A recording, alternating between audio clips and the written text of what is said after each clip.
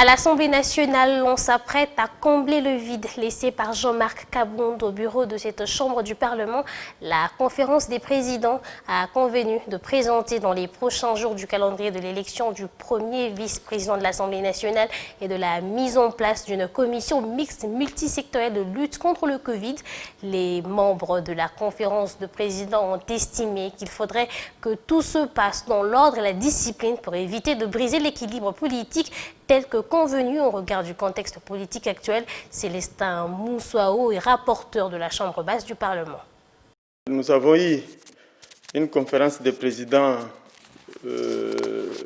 autour de l'honorable président de l'Assemblée nationale où plusieurs points ont été évoqués.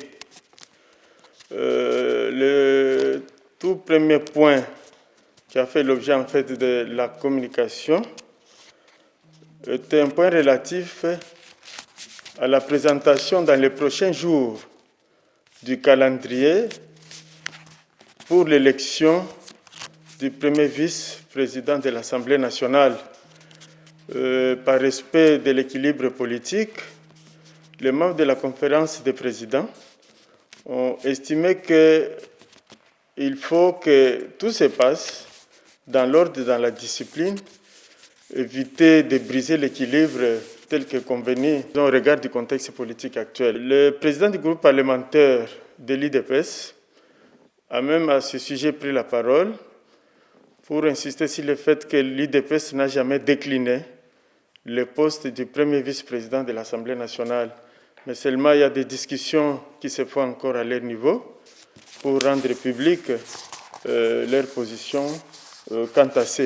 Mais du moins, il a insisté sur le fait que l'UDPS n'a jamais décliné le poste de vice-premier président. Les membres de la conférence de présidents ont discuté de la mise en place de la commission multisectorielle chargée d'évaluer l'impact des mesures prises par le gouvernement pour lutter contre la pandémie à coronavirus.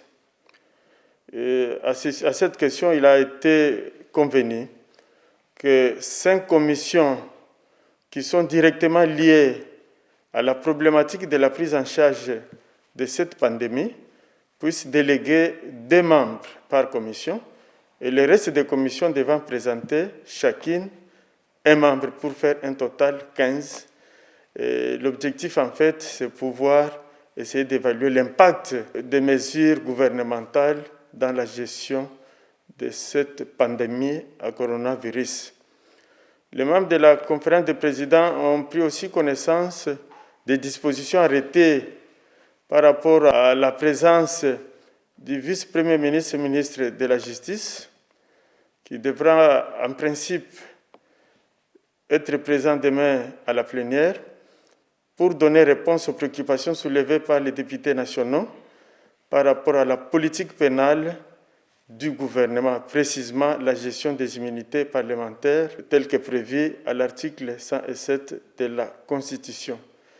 Il sera aussi examiné au cours de la plénière de demain les recommandations qui ont été faites par la commission environnement, tourisme, parce que cette commission, comme vous le savez, à la plénière passée, elle a présenté son rapport, et c'est ce rapport qui a été renvoyé à la commission PAJ. C'est après travail à ce niveau-là que les recommandations nous seront présentées pour leur adoption. La conférence des présidents a aussi examiné l'opportunité de l'interpellation des membres du gouvernement. Ce sont toutes ces questions qui seront discutées à la plénière de demain.